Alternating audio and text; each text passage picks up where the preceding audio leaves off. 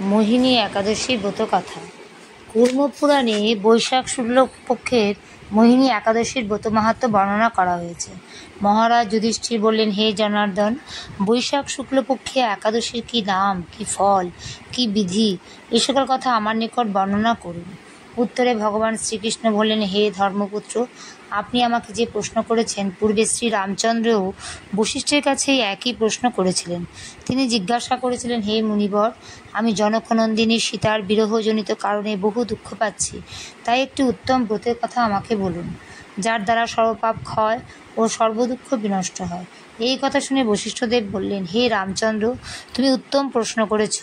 যদিও তোমার নাম গ্রহণেই মানুষ পবিত্র হয়ে থাকে, তবুও লোকের মঙ্গলের জন্য তোমার কাছে সর্বশ্রেষ্ঠ ও পরম পবিত্র একটি ব্রতের কথা বলছি। বৈশাখ মাসের শুক্লপক্ষে একাদশী মোহিনী নামে প্রসিদ্ধা। এই ব্রত প্রভাবে মানুষের সকল পাপ, দুঃখ ও মোহজাল অচিরেই বিনষ্ট হয়। তাই মানুষের উচিত সকল পাপ ক্ষয়কারী ও সর্বদুঃখ বিনাশী এই একাদশী ব্রত পালন করা। একাগ্র চিত্তে তার মহিমা তুমি শ্রবণ করো। এই কথা শ্রবণ মাত্রেই সমস্ত পাপ বিনষ্ট হয়। পবিত্র সরস্বতী নদীর তীরে ভদ্রাবতী নামে এক সুশোভনা নগরী ছিল। চন্দ্রবংশজাত ধৃতিমান নামে এক রাজা সেখানে রাজত্ব করতেন। সেই নগরীতেই ধনপাল নামে এক বৈশ্য বাস করতেন। তিনি ছিলেন পুণ্যকর্মা ও সমৃদ্ধশালী ব্যক্তি। তিনি নলকূপ এবং জলাশয়, উদ্যান, মঠ ও গৃহ ইত্যাদি নির্মাণ করে দিতেন। তিনি ছিলেন বিষ্ণুভক্তি পরায়ণ ও শান্ত প্রকৃতির মানুষ। সুমনা, দ্যুতিমান, মেধাবী, সুকৃতি, দৃষ্টবুদ্ধি নামে তার 5 জন পুত্র ছিল। পঞ্চম পুত্র দৃষ্টবুদ্ধি ছিল অতি দুরাচারী। সে সর্বদা পাপ কার্যে লিপ্ত থাকত। পরস্ত্রী, সঙ্গী, বিশ্বাসক্ত, লম্পট ও দ্রুতক্রিয়া প্রভৃতি পাপে সে অত্যন্ত আসক্ত ছিল। দেবতা, ব্রাহ্মণ ও পিতামাতার সেবায় তার একেবারেই মতি ছিল না। সে অন্যায় কাজে রত, দুষ্ট স্বভাব ও পিতৃধন ক্ষয়কারক ছিল। সবসময় সে অবক্ষ ভক্ষণ ও সুরাপানে মত্ত থাকত। পিতা ধনপাল একদিন পথ চলছিলেন। হঠাৎ তিনি দেখতে পেলেন দৃষ্টবুদ্ধি এক বেশ্যার গলায় হাত রেখে নিঃসংকোচে ঘুরে বেড়াচ্ছে।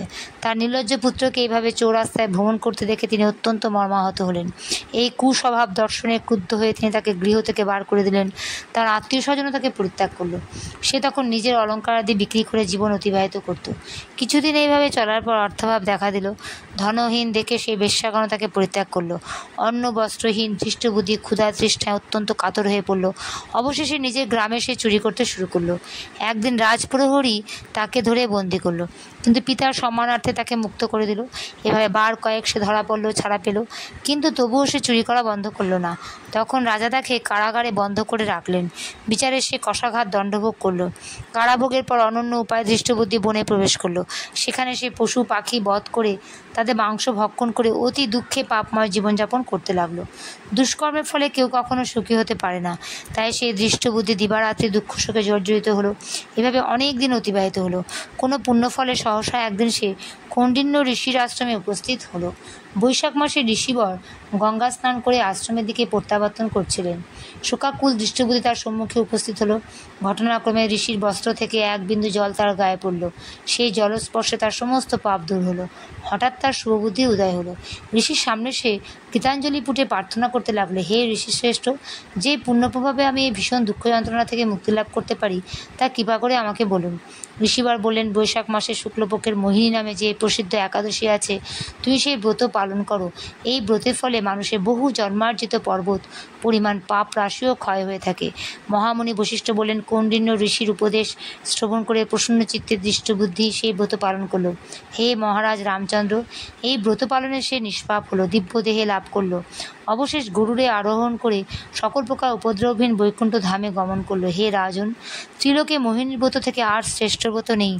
যজ্ঞ, তীর্থস্থান, দান ইত্যাদি কোনো পুণ্যকর্মে এই ব্রতের সমান নয়। এই ব্রত কথা শ্রবণ কীর্তনে সহস্র গোদানের ফল লাভ হয়। তাই এই মোহিনী একাদশীর মাহাত্ম্য অপরিসীম।